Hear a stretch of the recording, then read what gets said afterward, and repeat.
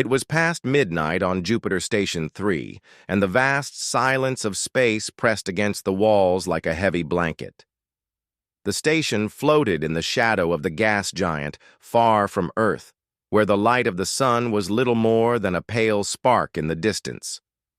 Inside the main observation room, the crew worked in soft yellow light, their eyes fixed on flickering screens. For weeks, the sensors had been silent. The routine was the same every day. Scan, record, transmit, repeat. Space was empty and cold, and nothing ever seemed to happen. But then, just after 02:14 station time, the quiet broke. A sharp tone cut through the air, a signal alert. It wasn't the normal background noise that drifted in from deep space. This one was different, precise, rhythmic, almost deliberate. Lieutenant Mara Iqbal, the comms officer, leaned forward in her chair. "What is that?" she muttered to herself. Her hands flew over the controls, running the signal through filters. "Is it a meteor ping?" asked Petty Officer Tran from the console across the room. Mara shook her head slowly. "No. This is structured. Like a code. Captain Elroy." Vance entered the room, drawn by the alert. His gray hair was messy, as if he had been sleeping. "Report." Mara turned to him, her eyes wide. "Sir, we've picked up a repeating signal from Sector 9 Theta. Origin point, far beyond the asteroid belt, closer to the Kuiper edge." Vance frowned. "Any known relay stations out there?" "None, sir." For a moment, no one spoke. Space. Beyond Neptune was empty. No colonies, no mining platforms. Just dust, rock, and the cold void. The idea that a signal had come from there was strange enough, but as the computer processed the data, the strangeness deepened. "Sir," Mara said quietly, "the signal. It's in an old Terran encryption pattern." Vance blinked. "You mean human encryption?" "Yes, sir. Military grade. From at least a century ago." Now the whole room had gone silent. The human military hadn't sent ships beyond the Kuiper edge in over 100 years. Whatever was out there should have been long dead, drifting and silent. Vance crossed his arms. "Play it." The speakers crackled, and then a strange beeping sequence filled the room. It wasn't sound exactly, more like pulses of raw data translated into audio. It came in short bursts, followed by long pauses, then started again. After the third cycle, the pattern changed slightly, like someone adjusting their voice mid-sentence. "Can we translate it?" Vance asked. Mara bit her lip. "Not fully, sir, but the computer's partial decryption is strange. It's a message from someone who knows us." She pressed a button, and the station's computer spoke in a flat, artificial voice. "They have found us." No one moved. The words hung in the air like frost. "Who?" Tran whispered. Mara only shook her head.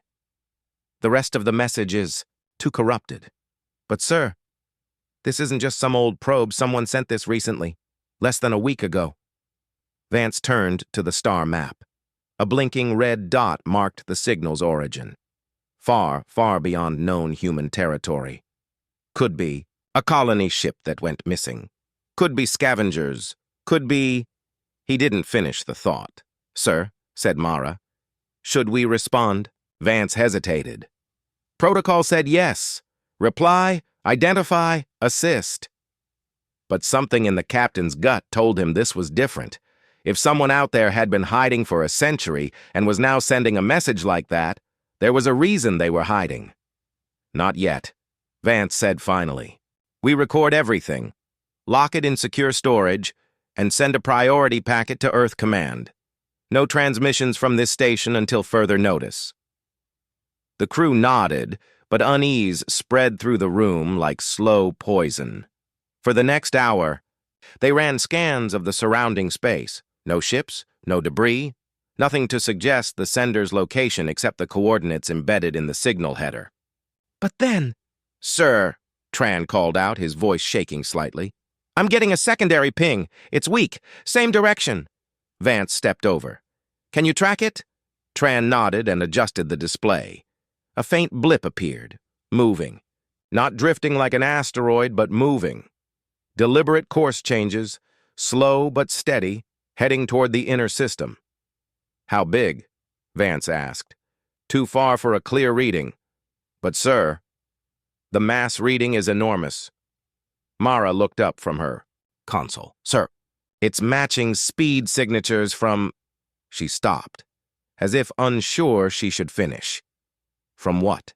Vance demanded. Mara's voice was barely a whisper. From the Virel Dominion warships. The captain froze. The Virel Dominion. An alien. Empire that ruled dozens of systems, feared for their brutality. Humanity had fought them once, long ago, and barely survived. The peace treaty was fragile, held together by distance and silence. Sir, Tran said, if that's a Dominion ship, why would they send us a human-encoded message? No one had an answer. Vance stared at the map. A cold feeling spread through his chest. This was wrong. All of it. Prep the long-range drones, he ordered. I want eyes on that object. The drones were launched within the hour, gliding silently through the void. It would take them days to reach the coordinates, but they could still get closer than the station could without being noticed. By 04 Belwar station time, the crew tried to settle back into their routines, but no one was truly working. The signal kept replaying in their minds. They have found us. It wasn't just a warning. It was a statement, certain, final. Whoever sent it knew what was coming. 3 days later, the first drone sent back images. Grainy, dark, but clear enough to see something massive moving through the black. Long and angular, like a dagger. It didn't match any known human ship, but neither was it entirely alien. Parts of it looked familiar. Too familiar. When Mara zoomed in, her heart skipped. There were markings on the hull, faded, burned, but still visible under the layers of alien metal plating. Letters, Roman, alphabet, and the words they spelled made her blood run cold. UNS Dreadhammer Captain. Vance stared at the image, silent. That ship had been lost in the Battle of Epsilon Eridani more than 100 years ago, destroyed in the last great war with the Virel Dominion. No survivors, no wreckage, nothing. And yet, here it was. Tron swallowed. Sir, if that's the Dreadhammer, who's flying it now? No one answered, because at that moment another signal came through. This one stronger, faster, almost impatient. It was the same human encryption pattern, but this time the translation was longer. We cannot hide anymore. They will follow the trail, and when they come, your skies will burn again. The message ended abruptly, replaced by a single set of numbers. Coordinates. Not to the edge of the system, but directly to Earth. The captain's voice was grim. Wake command. Full alert. The crew stared at him, fear settling in their bones. Somewhere out in the cold dark, an ancient ship, once human, now twisted into something else, was coming home, and whatever was on board, it was bringing death with it. The emergency meeting was called in the deepest levels of Earth's Defense Command, far below the crowded streets of New Geneva. It was the kind of place most people never knew existed. Steel corridors, heavy blast doors, and security so tight that even senior generals needed multiple clearances to enter. Inside the dimly lit chamber, a long table stretched beneath a glowing holographic map of the solar system. Around it sat the most powerful figures in humanity's military and government. Their faces were tense, eyes fixed on the glowing red marker near the edge of the map, the signal's origin point. Admiral Kieran Holt, head of the Terran Defense Fleet, stood at the front. His voice was steady, but the weight of his words pressed against everyone in the room. 3 days ago, Jupiter Station 3 detected a human-encrypted signal from deep space. The source is moving toward us. We have confirmed visual data. The hologram shifted, showing a grainy image of the massive dagger-shaped ship. Gasps echoed quietly through the room. Even without the markings, the shape was unmistakable to those who knew history. "That can't be," muttered General Vasquez. "The Dreadhammer was destroyed a century ago." Holt nodded slowly. "Officially, yes, but somehow it still exists, and it's heading for Earth." At the far end of the table, an older man leaned forward. His uniform was dark, but the insignia was unlike any current branch. His voice was low, almost a growl. "If that ship is truly the Dreadhammer, then you should all be very, very afraid." The others turned toward him. Many recognized him instantly. Admiral Elias Mercer, retired for over 40 years, a veteran of the Virel War. Few people had seen him in public since the armistice.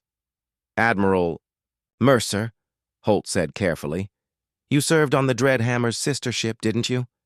Mercer's gaze hardened. "I did, and I know what the Dreadhammer carried." The room went still. Mercer continued, his voice quieter now, forcing everyone to lean in. "That ship was not just a battleship. It was a deterrent, a message to the galaxy. Its weapons could destroy a Virel cruiser in one shot.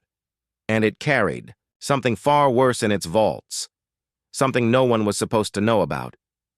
"What was it?" asked Vasquez. Mercer hesitated.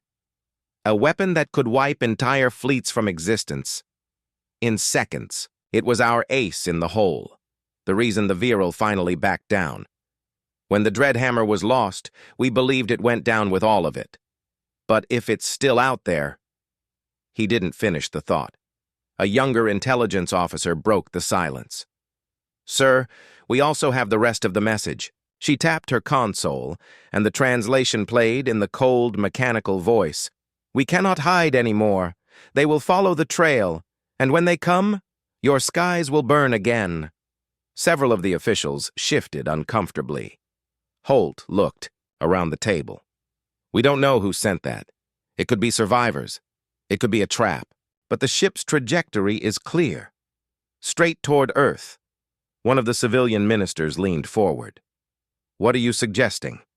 That we attack it?" "No," Mercer said firmly. "Not yet. First, we need to know why it's coming. Back now. The Virel have stayed away from our space for 100 years. If the Dreadhammer is moving again, it means someone, or something, woke it up. And the Virel, they will not let it reach us without a fight." A ripple of unease went around the room. No one wanted another war with the Dominion. Holt switched the hologram back to the star map. Several new red blips had appeared. Ships on the far edge of the system, just beyond Neptune. "We believe the Dominion may already be here. These readings suggest large vessels holding position, likely waiting for the Dreadhammer. And if they're waiting," Mercer added, "it means they're afraid. And when the Virel are afraid, it's never for a small reason." The minister frowned. "Are you saying the galaxy fears us?" Mercer looked her in the eye. "They fear what we were, and maybe what we still are." Silence fell again. Somewhere deep below, the ventilation system hummed softly. The weight of the situation pressed heavily on every person in the room. Holt finally spoke. "We have two choices. We intercept the Dreadhammer before it reaches Earth, or we let it come and see who steps out of it." Mercer shook his head, slowly. "If you wait, you may not get the chance to choose. That ship was built to be unstoppable. And if it's been changed, we don't know what it's capable of now." One by one, the officials began debating, voices rising with urgency. Plans were proposed, rejected, argued over. But Mercer stayed quiet, staring at the glowing red dot. He wasn't thinking about interception plans. He was remembering the first time humanity had gone to war with the stars, and the terrible secret they had sworn never to speak of again. After an hour, the meeting ended with no final decision. But as the others left, Mercer leaned toward D. "Holt." His voice was almost a whisper. "If the Dreadhammer reaches orbit, you must be ready to do the unthinkable." Holt frowned. Why? Mercer's gaze was cold and certain. "Because if that ship falls into the wrong hands, the stars will burn just like they did before." The blackness beyond Neptune was not empty anymore. For years, humanity's deep-range telescopes had scanned the edges of the solar system and seen nothing but drifting rock and frozen dust. But now, new readings poured into the command center of Jupiter Station 3, shapes moving through the void, too fast and too deliberate to be natural. Lieutenant Mara Iqbal sat at her console, eyes fixed on the incoming data. "Sir, I have multiple mass signatures," she reported. "At least 6 large vessels. Possibly more." Captain Elroy Vance leaned over her shoulder. "Distances? Just past the Kuiper Belt. They're slowing down, almost like they're waiting for something." Vance's stomach tightened. He didn't have to guess what they were waiting for. Somewhere between them and the inner planets, the Dreadhammer was still coming. Silent, steady, unstoppable. The feed from the long range. Drone flickered back to life. It showed a faint outline of one of the unknown ships against the backdrop of a star field. The hull was black, with jagged silver markings that seemed to shimmer in the light. Vance didn't need a database to identify it. "Virel Dominion," he said quietly. The room went silent. The Virel had not entered human space in over a century. Their appearance now could only mean one thing. They had followed the Dreadhammer, and they were here to make sure it never reached Earth. "Sir," Mara said, her voice tense.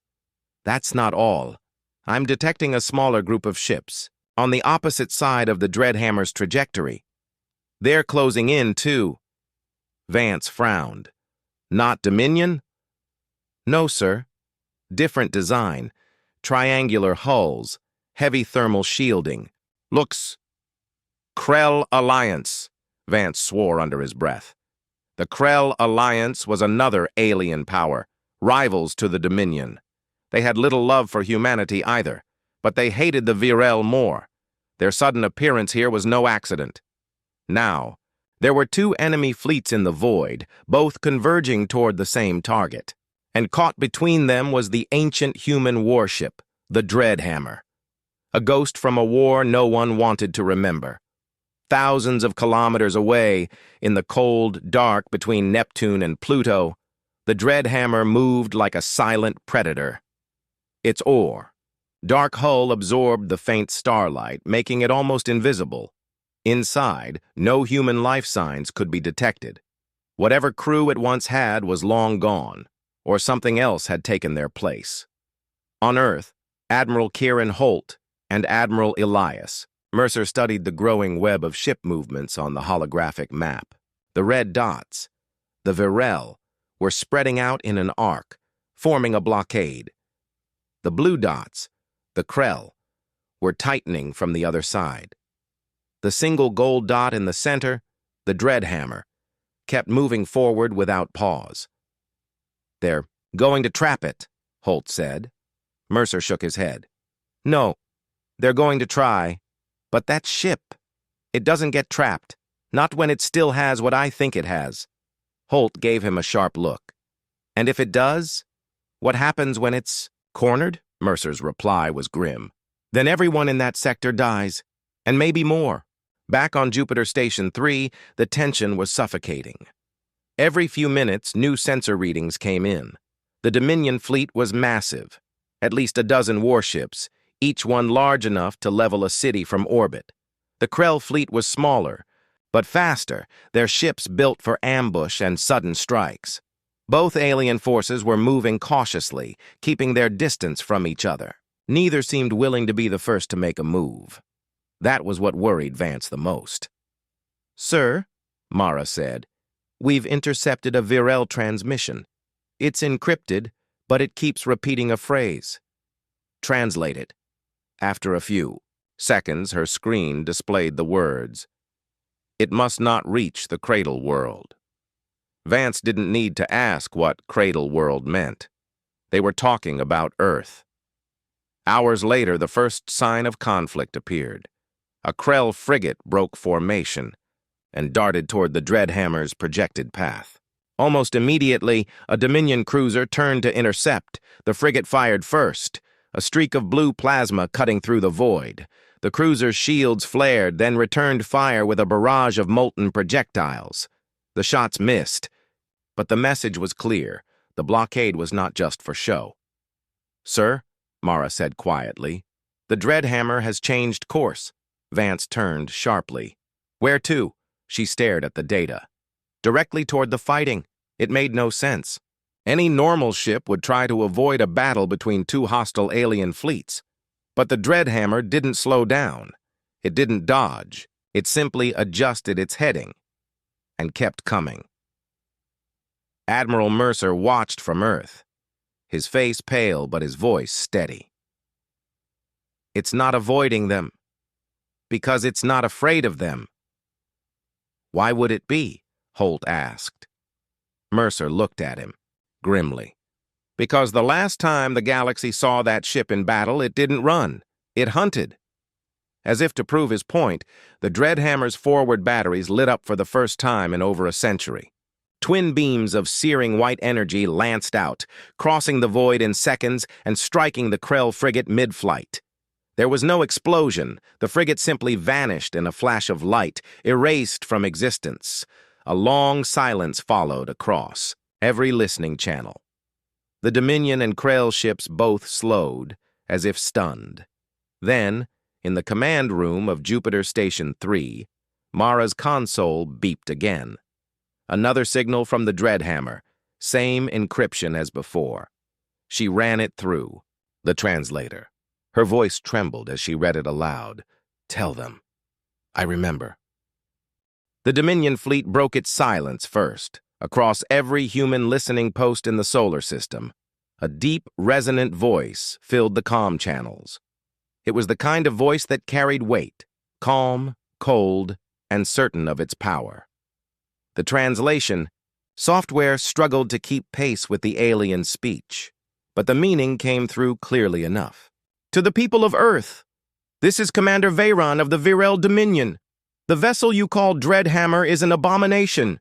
It must be destroyed, for the safety of your world and for the safety of all." In the command center of Earth Defense, the room was still. No one interrupted the message.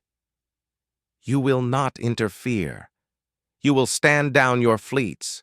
You will allow us to do what must be done. If you resist, you will share in its fate." The transmission ended abruptly, leaving only static. On Jupiter Station 3, Captain Vance exhaled slowly. "They didn't even try to hide the threat," he said. "They don't need to," Mara replied, her eyes still locked on her screen. "They think they can just order us aside." Before anyone could respond, another voice cut through the comms, sharper, faster, more aggressive. The translation identified the speaker as a Krell Alliance commander. "Humans, the Dominion lies. That ship is not your enemy. It is your greatest weapon. If you give it to them, you will kneel under their shadow forever. We will help you claim it. Together, we will strike the Dominion." The message was shorter, but no less dangerous. Two alien empires had just sent opposite orders, one to destroy the Dreadhammer, the other to seize it, and humanity was caught between them. On Earth, Admiral Holt leaned toward Admiral Mercer. "If the Krell want the ship, that means it's worth more than we thought." Mercer shook his head slowly. "No, it means they're desperate enough to risk everything, which means the galaxy still remembers what the Dreadhammer can do." Holt's voice was low. "And if it's still armed?" Mercer's eyes narrowed. "Then anyone who controls it controls fear itself." Back in the depths of space, the Dreadhammer continued on its path, ignoring both fleets as if they were nothing more than drifting debris. Then, without warning, It broadcast a signal, not to the aliens but directly to Earth. It was a live transmission, not a data packet. The feed came through in heavy static, but the outline of a figure could be seen on the screen. A human figure. The image was grainy, the face obscured by shadow. The voice that came through was calm, but carried a strange weight, like it belonged to someone who had seen too much. To any who hear this, I am Captain Joran Vale, commanding officer of the United Nations ship Dreadhammer. If you are receiving this, know that I have been gone for 112 years, and I have returned, because they are coming. The crew on Jupiter Station 3 froze. You do not understand the danger. The Dominion fears us for a reason. The Krell want us for the same reason. If either takes this ship, humanity will never be free again. The image flickered. Static swallowed most of the final words, but the last sentence came through with chilling clarity. You have 3 days before the first strike. Choose your side, or be swept away. When the screen went dark, no one spoke. On Earth, Holt turned to Mercer. 3 days, that's nothing. Mercer's gaze was fixed on the dark screen. Long enough, he said quietly, if we prepare for what's coming. What exactly is coming? Holt asked. Mercer didn't look away from the dead feed. War, he said simply. The kind the stars still whisper about. The meeting room beneath Earth Defense Command was silent except for the faint hum of the holographic projectors. The image of the Dreadhammer hung in the air, black, jagged, and terrible even in grainy detail. Around the table, the most powerful, people in human space sat waiting for Admiral Elias Mercer to speak. He didn't begin right away. Instead, he poured himself a glass of water and took a slow sip, as though he were gathering the right words, or deciding how much of the truth he dared to tell. I was a young officer when the Viral War began, he said finally. His voice was low, steady, but carried the weight of years. Most of you have read the official history, how the Dominion pushed into human space, how we fought them back, how the armistice was signed. But that's not the real story. Around the table, eyes narrowed. The official history had been taught in schools for generations. If Mercer was about to claim it was wrong, it meant decades of truth had been buried. The truth, Mercer continued, is that we didn't just fight them. We terrified them. Humanity had weapons they'd never seen before. Weapons that could break their fleets in hours, not years. The Dreadhammer was the crown jewel of that power. He gestured to the hologram. You've all heard of plasma cannons, rail accelerators, and kinetic lances. The Dreadhammer had those, yes, but it also carried something else. A weapon we called Ashmaker. The name seemed to make the air heavier. Ashmaker wasn't a bomb. It wasn't a beam. It was a chain reaction, a way to burn through matter at the molecular level. Fire it at a ship, and the entire vessel would disintegrate in seconds. Fire it at a planet's orbital stations, and you could erase the sky. No one spoke. Mercer's voice darkened. We used it only twice. The first time was to break a Viral invasion fleet. The second was to make them sign the treaty. They swore never to enter human space again, and in return, we swore never to build another Ashmaker. General Vasquez leaned forward. So the Dreadhammer was carrying one when it disappeared? Mercer nodded once. It was the only ship left with one. When the Battle of Epsilon Eridani turned against us, the Dreadhammer was ordered to retreat. Instead, it vanished. No wreckage, no distress call. We assumed the Viral destroyed it, but now, he let the thought hang. Minister Aisha Cade's voice was sharp. If it still has this weapon, that explains why the Viral want it destroyed.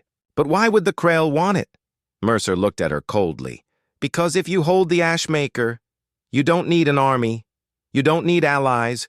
You just point it at your enemies, and they obey. In orbit around Jupiter, Captain Vance read the classified files Earth Command had just transmitted to him. The descriptions of the Ashmaker were brief but horrifying, enough to understand why the Dominion feared its return and why the Krell saw it as the ultimate prize. But something else bothered him. If Captain Joran Vale was truly alive, after more than a century, how had he survived? And more importantly, why was he warning Earth instead of returning quietly? Mara's voice broke his thoughts. "Sir, the Dreadhammer's speed just increased. At this rate, it will cross Neptune's orbit in 18 hours. 18 hours until it entered the solar system proper. 18 hours until it was within range of Earth's defenses and the alien fleets." Vance tightened his jaw. "Send a message to Earth Command.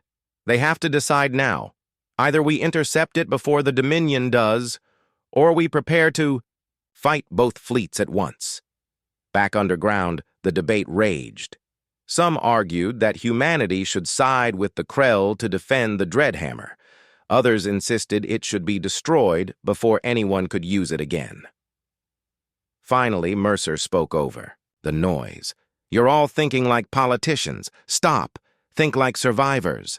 The Dominion is afraid for a reason. The Krell is eager for a reason. And Captain Vale came back for a reason. None of those reasons mean safety for us." Minister Cade frowned. "Then what are you suggesting?" Mercer's eyes were sharp. "We need to reach the Dreadhammer first, before the Krell, before the Dominion, and before Vale makes his own choice." "And if Vale refuses to hand it over?" Holt asked. Mercer didn't blink. "Then we take it from him, one way or another." Above the frozen moons of Neptune, the alien fleets shifted formation. The Krell moved closer to the Dreadhammer's path, while the Dominion spread wider, as though forming a net. Both sides knew the human fleet would act soon, and both were ready to kill anyone who interfered. But the Dreadhammer didn't slow down. Its course was straight, its speed increasing, its massive hull cutting through the dark like a blade. In the command center of Jupiter Station 3, a fresh transmission came through. This time, the voice of Captain Vale was clearer, almost too calm. "They think they know why I've returned. They don't. Earth, you need to remember. The stars fear you for a reason, and that reason is coming with me." The message ended. Vance didn't know what chilled him more, the words or the tone in which they were spoken. Far beneath the frozen crust of Europa, under kilometers of ice and water, a secret human facility stirred to life. The corridors, silent for decades, lit up in a slow ripple of white light. Massive doors sealed with layers of alloy hissed as ancient locks disengaged. Few in the galaxy knew what was hidden here. Even fewer knew how dangerous it was. Commander Arya Dane, wearing a black issue clearance badge, walked quickly down the narrow steel corridor. Her boots echoed against the metal floor. Beside her, a security escort scanned every door they passed, each one opening only after layers of biometric checks. At the heart of the facility, they entered a cavernous chamber. And there it was, a warship, enormous, dark, and sleeping, sat in a massive dock carved from the ice. Its surface was lined with old Terran markings, but the shape was unlike any ship in service today. Sleek, predatory lines, bristling with weapon mounts, the Oblivion's edge. It was a relic from the same era as the Dreadhammer, one of the few surviving ships from humanity's first great war with the stars. But unlike the Dreadhammer, it had never been lost in battle. It had been hidden, mothballed, forgotten by most. Until now. Dane stepped up to the main control terminal. "Initiate reactivation protocol." The technician hesitated. "Ma'am, that means waking it up." Dane didn't blink. "Do it." The lights in the dock dimmed as power rerouted into the warship. A low hum began to rise, vibrating through the floor. Slowly, the ship's running lights flickered on, one by one, until the entire hull glowed faintly in the frozen air. Then, a voice filled the chamber, smooth, deep, and unmistakably artificial. Designation confirmed. Commander Arya Dane. Clearance level, Omega Black. Status, active. Awaiting operational directives. The ship's AI was awake. Dane stepped forward. Edge, we have a situation. The Dreadhammer has returned. A pause. Then the AI's voice dropped in tone. Confirmed. Vessel Dreadhammer. Last recorded status, missing in action, Epsilon Eridani conflict. Threat index, extreme. Strategic priority, elimination or control. Dane crossed her arms. We're going to intercept it before the aliens do. Can you still fight? The AI's reply was almost eager. Weapon systems functional. Hull integrity optimal. Power reserves at 91%. I am ready to kill again. Back on Earth, Admiral Holt received the secure transmission from Europa. The Edge is online, Dane reported. We'll launch within 6 hours. Good, Holt said. You'll have backup from the 7th Fleet, but if the Krell or Dominion get in your way... They won't, Dane interrupted. They'll be too busy trying to survive the Edge. On Jupiter Station 3, Captain Vance was preparing his crew for possible combat when Mara called out, Sir, new readings. A ship is leaving Europa's orbit at high acceleration. No registry code in the system. Vance glanced at the trajectory. His eyes widened. That's no civilian ship. That's a warship. Mara's fingers flew over her console. It's old, but the design is incredible. Sir, it's human. Vance didn't answer. He was too busy watching the readouts as the unidentified warship pushed to speeds that would tear apart most modern vessels. It wasn't heading toward the alien fleets. It was heading straight for the Dreadhammer. Meanwhile, deep in the void, the Dreadhammer kept coming. Its sensors, or whoever controlled them, picked up the Oblivion's Edge's launch almost instantly. Inside the Dreadhammer's bridge, Captain Joran Vale stood in the shadows, staring at the tactical display. The new contact was marked in red. A faint smile touched his lips. So, they woke the other one. He leaned closer to the comm panel, his voice calm and quiet. Let it come. Back on Europa, the Edge's AI opened a private channel to Commander Dane. Commander, recommend full weapons charge. The Dreadhammer will not yield. It remembers me. As I remember it. Dane frowned. You've fought it before? The AI's voice was cold. Once. A long time ago. And that battle did not end. The Oblivion's Edge tore through space, like a blade through darkness. Its engines left long blue trails, a sign of power far beyond any modern fleet. Inside the command deck, Commander Arya Dane stood with her arms behind her back, eyes fixed on the main display. The Dreadhammer was still hours away, but every passing second closed the distance. Suddenly, a sharp beeping cut through the steady hum of the ship. Commander, the AI said, multiple warp signatures detected. 200 ships, vector, intercept, course. Dane turned toward the holographic projection. Dozens of bright red dots filled one section of the map. Krell? She asked. Confirmed, the AI replied. Krell Dominion battle fleet. And they are not heading for us. They are heading for the Dreadhammer. Dane frowned. They don't want it falling into our hands, or anyone's. Far away, in the Krell flagship Vorgath Prime, Warlord Jax Ron sat in his command throne, tusks glinting under the dim red lighting. His voice rumbled across the bridge. Bring the fleet to full burn. I want that human relic destroyed before it wakes the stars again. A younger officer glanced nervously at him. Warlord, scans show another human warship ahead of us. Jax Ron's tusks twitched. Another? Then we burn them both. Back on the edge, the AI displayed two sets of red icons now, the Dreadhammer and the Krell fleet. Dane studied them for a moment before speaking. They'll reach the Dreadhammer before we do. If they engage, we might be able to get close while they're busy. The AI's voice was calm but colder than before. Strategic analysis suggests a different possibility. The Dreadhammer will not fall easily. The Krell will suffer heavy losses. This could be used to our advantage. Hours later, as the edge closed in, the darkness ahead lit up with flashes of light. The Krell fleet had reached the Dreadhammer, and battle had begun. From the edges, Bridge, Dane, and her crew watched the chaos unfold on the display. Krell ships hurled plasma fire and torpedoes in dense waves.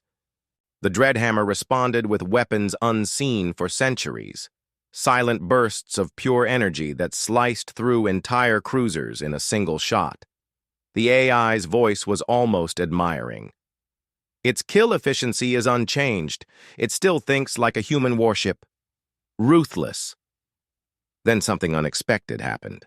A burst of static cut through the comms, followed by a voice, deep, slow, and unmistakably human. Unidentified human vessel. You are entering my battle space. State your purpose, or be destroyed. It was the Dreadhammer. Dane took a slow breath before answering. We're here to stop the Krell, and maybe you if we have to. A long pause followed. Then the Dreadhammer's captain spoke again. Then you will help me, for now. The AI on the edge whispered into Dane's earpiece, its tone carrying an edge of warning. Commander, this is dangerous. The Dreadhammer is using you. Dane didn't look away from the display. I know, but sometimes the enemy of my enemy is my weapon. The Oblivion's edge moved into the battle like a shadow sliding into fire, its weapons powered up, targeting Krell ships already weakened by the Dreadhammer's brutal assault. Plasma bolts and rail slugs tore through enemy hulls. Explosions bloomed like small suns in the darkness. Commander Arya Dane stood in the center of the bridge, her gaze fixed on the tactical display. Prioritize targets engaging the Dreadhammer, she ordered. The AI confirmed in a calm tone. Locking weapons. Firing solutions optimal. On the other side of the chaos, the Dreadhammer fought like a predator from an older, deadlier age. It moved with slow, deliberate turns, its firepower calculated for maximum destruction. Every shot it fired ripped through multiple Krell vessels, leaving trails of burning wreckage. Inside the Dreadhammer's bridge, Captain Joran Vale watched the Edge's movements on his display. His lips curved into a faint smirk. Efficient. Better than I expected. His second-in-command, a tall man with silver implants in his face, spoke quietly. Do we trust them? Vale didn't look away from the display. No. The moment the Krell are dead, they will turn on us. But he glanced at the destruction outside. So will we. The Krell fleet was bleeding ships fast. Their formations broke apart under the combined assault. But the Krell weren't retreating. Instead, they shifted their fire toward the edge, trying to break the unexpected alliance. Commander, the AI warned, 5 Krell destroyers on approach, formation Omega. They intend to flank us. Dane didn't hesitate. Full burn toward the Dreadhammer. Use its bulk for cover, and keep firing. The edge surged forward, weaving between debris, using the Dreadhammer's massive hull as a shield. The 2 human warships moved in deadly sync, cutting through the Krell line like twin blades. Then, without warning, a message flashed on Dane's private channel, encrypted, human military coding from a century ago. It was from Vale. Commander Dane, when this is over, you will leave, or you will not leave at all. Dane's jaw tightened. She didn't reply. Instead, she sent a silent command to the AI. Run scenario Delta 7, she whispered. The AI's voice lowered to a chilling tone. Delta 7 acknowledged. Preparing. Contingency strike package. Minutes later, the Krell fleet was in ruins. Only scattered ships remained, fleeing into the black. For the first time in the battle, the Edge and the Dreadhammer faced each other without enemy interference. Their guns were still hot, their shields still glowing from impacts. A stillness settled over the void, and then Vale's voice came over the wideband. Now, Commander, let's see who really deserves to keep the stars. The battlefield was silent now. Only drifting wrecks and the cold light of distant stars surrounded the two human warships. The Krell were gone, but the tension in the void was heavier than during the fight itself. On the Oblivion's edge, Commander Arya Dane stood at the center of the bridge, her hands resting on the command rail. Her crew waited, tense and silent, eyes on her. They knew what was coming. "Target the Dreadhammer," she said quietly. The AI responded at once. "Target locked, weapons ready. Their shields are still at 87%. On the Dreadhammer, Captain Joran Vale received the same kind of reports. His ship was bigger, older, and built for wars that made today's fleets look like toys. "Lock the edge," he ordered. A ripple of command spread through his crew. Massive cannons rotated slowly, energy building in their cores. Vale leaned forward in his command chair. "She'll make the first move. She has to. And when she does, end her." The standoff lasted 10 long seconds. Then Dane gave the order. Fire. The Edge's rail cannons roared, hurling solid slugs at incredible speed. They smashed into the Dreadhammer's shields, sending waves of blue light rippling across its armor. Almost instantly, the Dreadhammer returned fire, beams of pure energy that scorched through the black and slammed into the Edge's forward plating. The shock shook Dane's ship from bow to stern. Warning lights flashed, shields down to 64%, the AI reported. The Edge darted forward, weaving between debris fields to break Vale's targeting lock. Smaller secondary guns opened up, peppering the Dreadhammer's hull, looking for weak points. But Vale was no fool. The Dreadhammer turned slowly but with terrifying precision, cutting off every approach. "Focus fire on her engines," Vale ordered. A blast of energy struck the Edge's starboard side, making the hull groan. Metal screamed. Fires broke out in 2 sections. Dane's eyes were hard now. "Engage Delta 7!" The AI's tone shifted, darker, almost eager. "Contingency active, launching strike package." From hidden launch bays, 6 black needle-shaped drones shot out, almost invisible in the void. They streaked toward the Dreadhammer, each carrying a payload designed not to break shields, but to burn through them from the inside. On Vale's bridge, alarms blared. "Incoming small craft inside the shield envelope!" Too late. The first drone struck, detonating deep against the Dreadhammer's hull. A section of armor tore open, venting fire and crew into space. Vale's expression didn't change, but his voice dropped low. "So, she has teeth." "Good." He stood. "All batteries, maximum power, kill the Edge." The void lit up with fury as the 2 warships closed the distance, trading blows that would have annihilated entire fleets. Sparks rained down on Dane's bridge as the AI whispered in her ear, "Commander, if this continues, neither of us will survive." She didn't blink. That's the point. The space between the Oblivion's Edge and the Dreadhammer was now a storm of light and steel. Rail slugs screamed past. Energy beams cut the darkness. Explosions burst against shields, painting the void in flashes of blue and orange. On the Edge, Commander Arya Dane gripped the command rail, her eyes locked on the tactical display. "We can't win with normal fire," she said quietly. The AI's voice was low, almost warning. "That leaves only one option." Dane's expression hardened. Do it! On the Dreadhammer, Captain Joran Vale's crew was already preparing. Something forbidden. Massive armored hatches on the underside of his ship began to open, revealing a long black cylinder that pulsed with faint red light. It wasn't a missile. It wasn't a torpedo. It was a relic from a war that had almost ended the galaxy.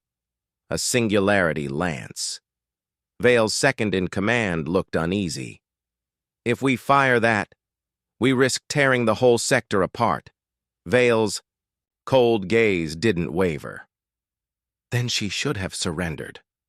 At the same moment, the Edge's own hidden weapon came to life. Beneath its hull, a smooth silver sphere was ejected into space. It was quiet, no lights, no heat signature, but its core began to spin faster and faster, bending space around it. The AI whispered, "Graviton core armed. If it detonates, no ship will escape." Dane gave a single nod. "Then make sure we're the last one standing." The two forbidden weapons locked onto each other's ships. Sensors screamed warnings on both bridges. The crews knew what was about to happen, and that few of them would live to see another sunrise. Vale's voice echoed across the void on open comms. "You're not the first to challenge me, Commander, but you will be the last." Dane's reply was cold. "Funny. I was about to say the same thing." The Dreadhammer's Singularity Lance fired first. A thin, almost invisible beam lanced through space, aimed at the Edge's heart. But before it struck, the Edge's graviton core flared with impossible light, bending the beam away in a ripple of warped reality. The shockwave from the clash tore apart nearby wreckage, sending spinning chunks of metal into the dark. Both weapons powered up for a second strike. Inside the Edge, warning klaxons wailed. Hull integrity was dropping. The AI spoke fast. "Second strike will overload both weapons. We will either win instantly or cease to exist." Dane's hands tightened. On the rail, fire! At that moment, both ships unleashed their forbidden weapons again. The beams and gravitational waves collided, and the stars themselves seemed to shudder. The fabric of space rippled violently, pulling wreckage, asteroids, and even light toward the center of the blast. No one could tell who had the advantage, and then a blinding flash swallowed everything. When the light faded, silence returned. The stars burned quietly in the distance.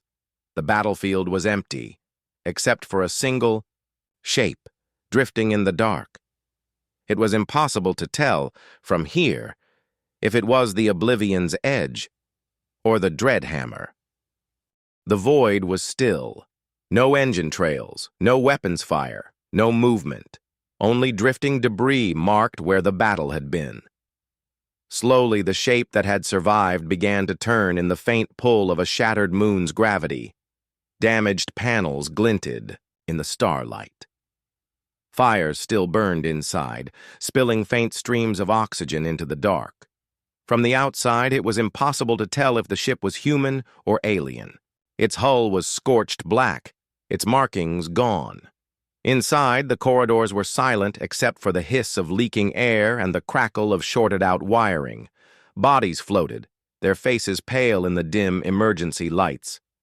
Then, a door hissed open. A single figure stepped through, limping. Commander Aria Dane. Her uniform was torn, her face smeared with blood and soot, but her eyes were still sharp. She looked down the empty corridor, scanning for movement. "AI," she said, her voice hoarse. "Status," the voice came back faint, broken by static.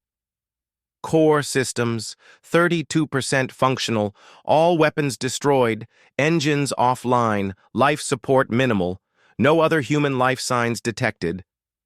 Dane closed her eyes for a moment, letting the weight of those words settle in.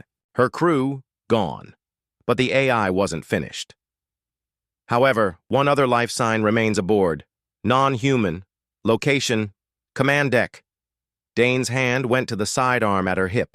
The grip felt heavier than it ever had before. She moved through the broken corridors, stepping over twisted metal and shattered screens. Every few meters, she heard the groan of the ship's frame. The battle had torn it apart. The air was growing colder. Finally, she reached the command deck. The door slid open with a reluctant hiss. Inside, the captain's chair was turned away from her, facing the wide, cracked viewport. Beyond it, the stars shimmered through spiderwebs of fractured glass. The chair turned slowly. It was Captain Joran Vale. His armor was shattered, his skin pale, but he was still alive. Blood streaked down one side of his face, and his eyes burned with something, between hatred and respect. "You survived," he said, his voice rough. "Of course you did. Humanity never dies quietly." Dane stepped forward, her weapon raised. "And you? Why are you still breathing?" Vale gave a faint, bitter smile. "Because I want to see it." "See what?" she asked. His smile widened, and that was when Dane noticed the faint glow on the horizon beyond the viewport. It was growing brighter, moving toward them. "Your weapon," Vale said softly. "It didn't just destroy my fleet. It woke something up." The glow on the horizon grew until it filled the entire viewport. At first, it looked like a distant star, but it was moving too fast, far too fast. The light wasn't steady. It pulsed, like the slow heartbeat of some ancient beast. Commander Arya Dane kept her weapon trained on Vale, but her eyes flicked toward the growing light. "What is that?" Vale's voice was almost a whisper. "Something older than your species, something every empire swore never to awaken. We called it the Void Mind." The AI spoke suddenly, its tone sharper than Dane had ever heard. "Correction. Void Mind is not an alien construct. It is human." Dane froze. "Explain." "Origin, Sol system. Date, unknown. Function, strategic extinction protocol. Its creation was erased from all records. Even I was not aware until it responded to our weapon." The light drew closer, revealing a shape so vast it made the wrecks around them look like dust. It wasn't a ship in any familiar sense. No engines, no visible weapons. Its surface shifted like liquid metal, forming and reforming strange, impossible patterns. And then, voices filled the bridge, not from speakers, not in the air. They were inside their minds. "Designation, humanity confirmed. Threat level, total. Awaiting command." Dane's breath caught. "It's waiting for orders?" The AI confirmed. "It was designed to protect human survival by any means. It has identified both you and Captain Vale as commanders, but only one can give the final order." Vale's weak laughter filled the silence. "So, that's it. This is why the stars fear you. You didn't just fight wars. You built the end of everything, and then you forgot about it." Outside, the void mine began to split apart, revealing thousands of smaller shapes, hunter-killer drones, each one the size of a warship.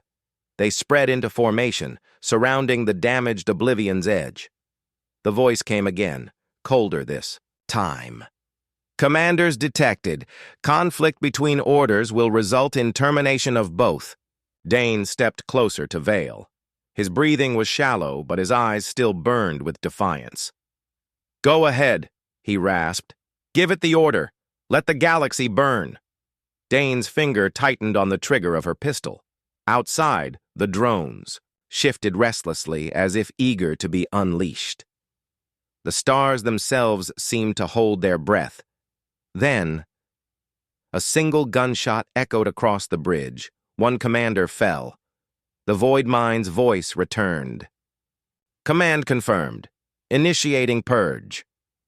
From that moment, across every star system, alien fleets began to vanish. Planets went dark. The war was no longer between ships and armies. It was between humanity's forgotten weapon and the rest of the galaxy. And now, at last, the reason the stars feared humanity was no longer a secret. It was a promise.